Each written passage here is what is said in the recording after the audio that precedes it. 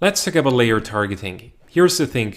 When you're working with lookalike audiences, then in my opinion, there's no need to adjust the age and the gender, and there's also no need to include detailed targeting. There are exceptions to that rule. For example, you're selling leads and the advertiser is telling you explicitly that he's not accepting leads from Facebook users that are younger than 30. Then you have to adjust the age. Or if you're selling a product that is geared towards men only or women only, well, then you have to specify the gender. But other than that, we're essentially never combining lookalike audiences with detailed targeting. For example, interest targeting or behaviors. This technique is also referred as layer targeting, essentially combining a lookalike audience with another targeting option and sizing down your audience to make it more specific. Here's why we're not doing it. Let's say I want to sell this product here. It's called Tracker. It's a great CPA offer, and you can essentially attach this product, this tracker here, to any given item. Let's say your keys. The tracker is connected with your phone app, and if you lost your keys, you can find them again. Well, the audience we're going after now with a 5% lookalike is 1.5 million. Now, when I brainstorm different angles, I could come up with the idea of saying, okay, so there are different types of keys. What keys do we have? Okay, we have car keys. What different car types do we have?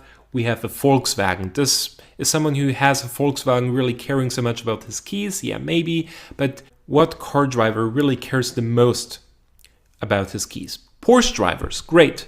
Then I could try to find Porsche drivers. And here we have them. Behavioral targeting Porsche. People who have a Porsche. What happened? We sized down our audience to about 280,000 people. Two problems with it. Number one, Facebook doesn't like small audiences, especially not in mass markets.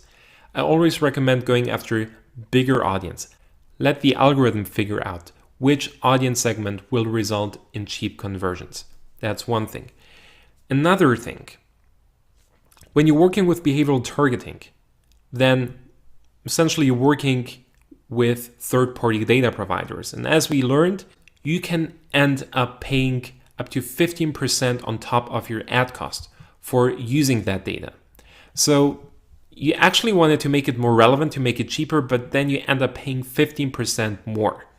So this fact, combined with the fact that if you're going for larger audiences, your CPC and your CPM is actually lower than if you're going after smaller audiences, that doesn't make your ad necessarily better. So my recommendation is do not combine lookalike audiences with interest targeting or behavioral targeting.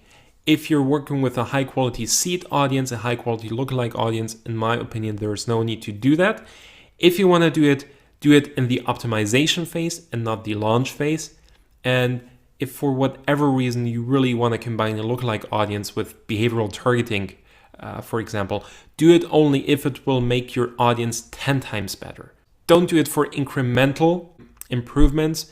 Do it only if you're 100% sure that it will make your target audience 100 times better, or 10 times better at least, okay?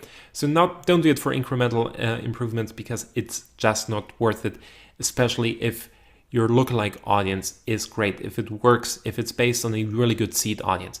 The algorithm is smart, so don't narrow down your audience too much.